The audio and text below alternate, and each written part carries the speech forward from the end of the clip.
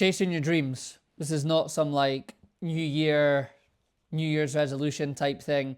This is something that you've got to do absolutely every day. And I just wanted to talk about it a little bit and add some kind of real life perspective, because there's a lot of stuff that we don't see when people are trying to do something that is out the norm, and especially something that doesn't bring you money immediately, or not enough money immediately to be able to kind of live and do your thing and do what you want to do, and how you kind of handle that and deal with that. And I just wanted to always do this to try and help people. So started this YouTube channel about 5 years ago. Just started doing it with friends on Zoom and talking about football, and I've been involved in football my whole life. I've played it until I was 19, not to a high level or anything like that, just for a local team. Was definitely not one of the best players, but very, very passionate about football, and anyone that is into sport or anything, or just anything that you have a passion for, you'll get that. And then decided that I wanted to still be in football and work in football, and I decided it at 19 years old, after doing a year of being a greenkeeper at Muirfield Golf Club, a very world famous golf club, that this just wasn't for me. And I remember telling my dad that I was about a year away from kind of getting my degree, and or whatever you want to call it, in greenkeeping. And I just decided, like, nah, I don't want to do this. And I remember my dad saying, "You've got one more year and you'll have a great CV. You could go anywhere in the world to be a greenkeeper." And I said, "But Dad, I don't want to be a greenkeeper, man. I don't want to do that. I want to be involved in football in some way, shape, or form." So I decided to leave here, and I went across to California, and to pursue a dream and a career of coaching football at 19. And I ended up living out there for 18 years and learnt a lot and did a lot. And eventually just kind of got burnt out with it, and kind of really felt like I was going to work with it, which was a bizarre thing, because even watching football started to become difficult, and I started to lose touch with it a little bit. And when I came home, I moved home in COVID back to Scotland, and it was just trying to find a job and get back to freedom, and still didn't really know what I wanted to do. I had a very, very small inkling that maybe I could start doing stuff online on here on YouTube with regards to football stuff, because it started to become a thing, fan podcasts and YouTubers and everything like that. And I thought, I feel like I've got something to offer the game here. I really do. So I started it with friends, did it on Zoom, started there, ended up moving into like a music studio just through life, and making connections, and using that music studio while I was working at the bank, and trying to balance working a 9 to 5, and kind of following this dream, and trying to work out how this becomes a thing. And there's so many people doing it now, so a lot of people, make it difficult. But it's funny, when you first start something, everybody is extremely supportive of you. Everyone, I'm not talking about like your closest friends, like even people that you just have on like Facebook or Instagram or whatever it is, right, that you maybe haven't spoke to in a while or whatever. They're all very complimentary, and they're all very excited for you when it first begins. And you get this spike, and your first kind of views and numbers are quite good, because everyone's wanting to support you, and they're excited to help you out. And then what starts to happen is that curve starts to come down now, because those people might not really be into the thing that you're deciding to do, whether it be football or dance or doing a music business or vocal coaching. I don't know. I'm just throwing a load of different things out there, whatever it may be. That starts to plateau. And dealing with the fact of like numbers and views and everything is obviously a thing that's talked a lot about in the world right now and in society. And that's one thing you have to get over if you're going to do something online, is you cannot just purely do it for the views. I think if you're doing it for the views and the numbers, you're really wanting to get famous. And I don't want to be famous, right? Like, would I like to at some point have built a brand up, a name up, that I maybe get asked to go on like Sky Sports, or in terms of football, or the overlap or something like that? Stick to football? Yeah, of course. That would be cool, because these things are inspirational, but I don't want to be famous. I just want to do something that I enjoy day in, day out, that can give me a living, and I don't need to be a millionaire by it. I just want to be able to live and go from there.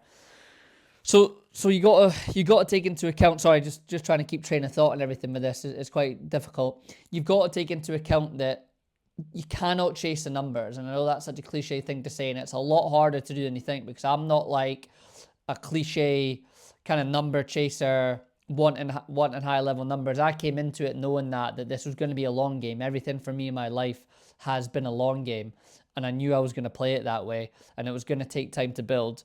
But that's one very difficult thing that you have to do. Secondly is balancing some form of work and social life with chasing your dream. I found that working at the bank, doing that kind of Monday to Friday cliche 9 to 5, and I'm not saying that's a bad thing at all. There's nothing wrong with that. There's tons and tons of pros to that 9 to 5 life that I would sometimes think, oh, I would take that back. I'll never go back to it, but there is a lot of pros to it. You can kind of switch off, at 5 o'clock, 4 o'clock, whenever you finish, and that's it. And you're off every weekend for sure, and you can kind of make plans that way and everything like that. But I just found it to be soul killing, and I found it to be draining. And because of what I said earlier, from just doing a year of being 18 years old, of being a greenkeeper and knowing that feeling of the soul killing and the football coaching starting to kind of phase into that, I could feel it. I just knew I couldn't carry on working at the bank, and it was taking too much time out of it. And could I have done more at that time to get a lot more podcasts and stuff in? 100%, absolutely. I definitely could have, no question. There's lots of people that are able to make their dreams come true by balancing that kind of 9 to 5 life. But I'm just not one of those people. I wasn't able to do it, and it was taking up too much time and too much energy. And we all know what happens. It's that classic kind of, before you know it, a month's gone by, 3 months has gone by, 6 months gone by, and you've not really managed to do everything, especially when you're trying to have like a social life too. At the age I was at, kind of late, coming into my late 20s and stuff like that, and probably trying to make up for a lot of things that I missed in my early 20s, to be honest with you. So that's another thing, that balance. You either have to be able to do it, or you have to take a jump and take a risk and do what I did. And I decided to leave the bank, and I decided to take a jump with no job. I was trying to find the job for about 2-3 months every day, kind of going to Starbucks for an hour a day on the way home from work and using my time wisely to apply for jobs. And I just knew this is what I wanted to do. And the only way I could even get into something like this to be able to pay me money was to continue to put time and effort into it. So I took the jump. I handed in my notice at the bank with no other job, and the amount of people that could not believe that I did that took that risk and took that jump, in a good way. A lot of people were saying, good on you. I really wish I could do that. I can't. I don't have that in me. That's not my character trait.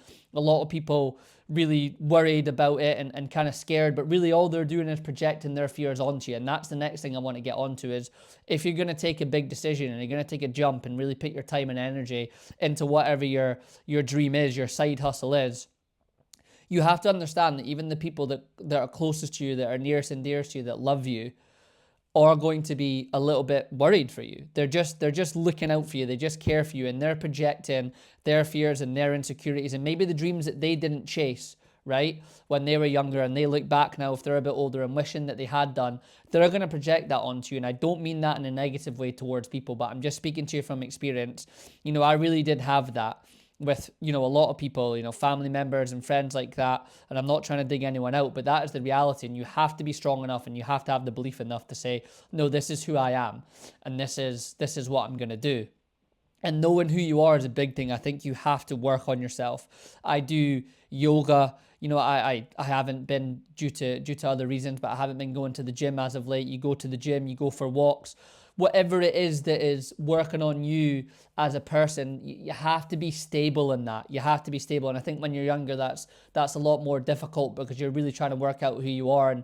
And typically when we're younger, we follow crowds, right? We follow trends, we follow crowds, we do all of those things.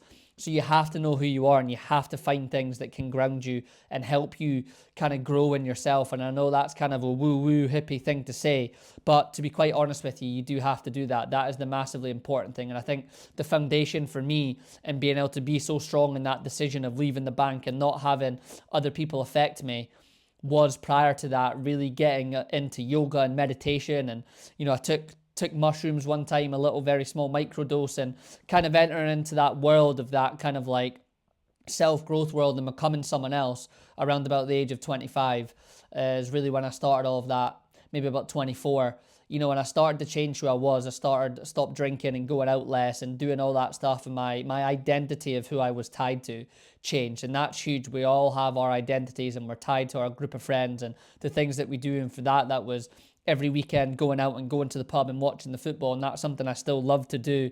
I just don't do it all the time anymore. And I can't have my identity be in that, because it was taking too much energy and time being hungover, getting up at the weekend or getting up on a Monday and starting the week off with videos about the football and everything like that. That was taking too much time away from me. And you need to be able to work out whatever that is for you, you're going to have to take a step back, and that's got its own complications. Friends start, wondering who you are, and you start to kind of realize when you kind of take yourself out of that, who the people are that you just hang out with to do those specific things. And especially if it's just drinking, you only go drinking with them. They're not someone you would text on a regular basis or have a phone call with, or just go for a bit of food with, or go for a walk, or go to the cinema with, whatever it may be. You start to realize that, and that's not to say that they're not friends, but when are you hanging out with these people, And that's another big thing you have to overcome, as well as just being comfortable with not going out there and not being in the social picture. And I think the older you get, the easier you get for that. That is the next thing. The final thing I think is money. I think that the decision I decided to make, I knew that money would be hard to come by. And when I left the bank and I had nothing, I was recording at Banana Row Studios in Edinburgh and Leith, doing some of the podcast stuff, and they gave me one shift a week that very quickly turned into 3 very consistent shifts a week, with the odds kind of 1 or 2 here or there if people needed cover, or there was other jobs on, or there was things to set up, like the Johnny Walker Experience and everything like that I did. And I got through that, but I would never have got that if I didn't take the jump of leaving the bank. I would never have got that. And that's a reaction, that kind of whole like put out into the universe what you want type thing. That was, I feel like, me getting that back from taking that big jump.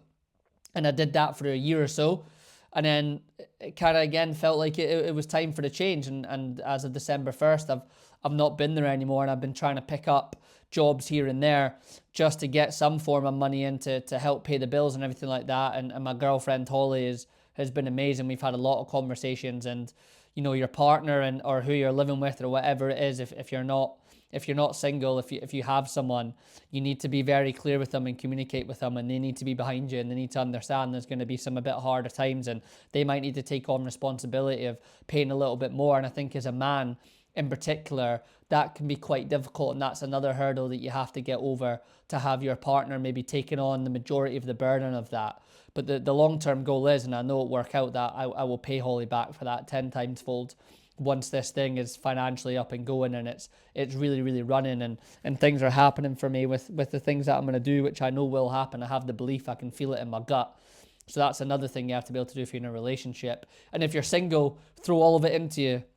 My dad always used to say to me when I was younger, about when I was thinking about moving back from America a couple of times when I was out there, he always used to say to me, you have no commitments, you can do whatever you want when you want, it's really just yourself. So if you're single, I think that's when you go absolutely hell for leather for it here. Do it when you have less responsibilities, because as soon as you start to get a house, and whether it's just renting, you've got the bills to pay, and that's where you can be trapped. You can be trapped in the job that you're doing, and it becomes harder to be able to take that jump and take that leap. I took that leap when I was still single. I'd only just kind of met Holly. We weren't a proper big serious thing at the time. She just came into my life.